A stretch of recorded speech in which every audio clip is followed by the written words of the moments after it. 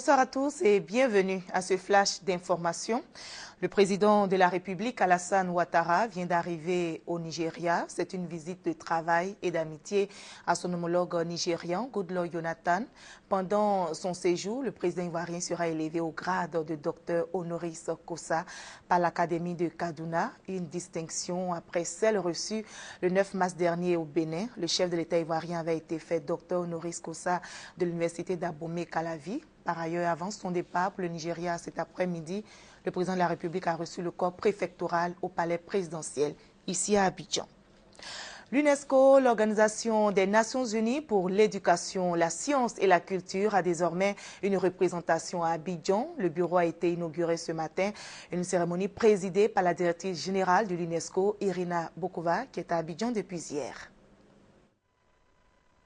Le bureau de l'UNESCO à Abidjan, inauguré cette fin de semaine, marque, dira le Premier ministre Daniel Kablan-Duncan, une page nouvelle dans l'histoire de la coopération entre la Côte d'Ivoire et l'Organisation des Nations Unies pour l'éducation, la science et la culture.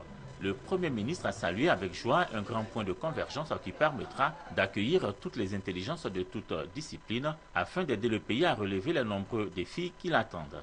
La solennité de l'acte historique qui est posé aujourd'hui me réjouit particulièrement et me donne l'occasion de rendre un hommage déférent au président de la République, son Excellence M. Alassane Ouattara, dont l'engagement personnel, la politique d'ouverture et la recherche constante du bien-être de ses concitoyens ont fortement permis le retour du bureau UNESCO d'Abidjan. L'inauguration de ce bureau à Abidjan, ajouté au retour en cours de la Banque africaine de développement, constitue des signes et des preuves les plus tangibles du retour de la paix et la réconciliation en Côte d'Ivoire.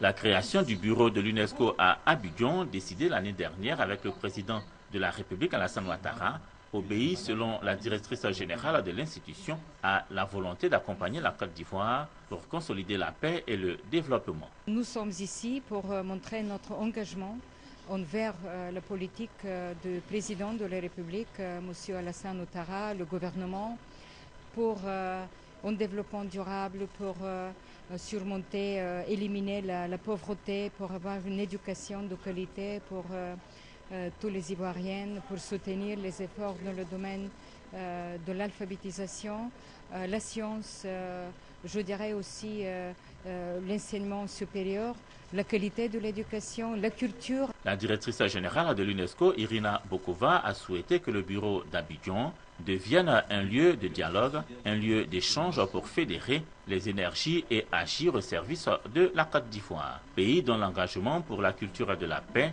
est depuis bien longtemps salué par l'institution, qui a d'ailleurs dédié un prix à son premier président, Félix Houphouët-Boigny, pour son engagement en faveur de la paix dans le monde. Et ajouter que c'est en 1996 que la représentation de l'UNESCO à Abidjan avait délocalisé son bureau à Accra, au Ghana. Dans le journal de 20h, nous recevrons la directrice générale de l'UNESCO, Irina Bokova, pour nous parler notamment des retombées de ce retour à Abidjan. Le taux de prévalence du VIH-Sida a baissé. Il est passé de 4,7 à 3,7%. Mais pour le gouvernement ivoirien, les efforts doivent se poursuivre dans la lutte contre la pandémie.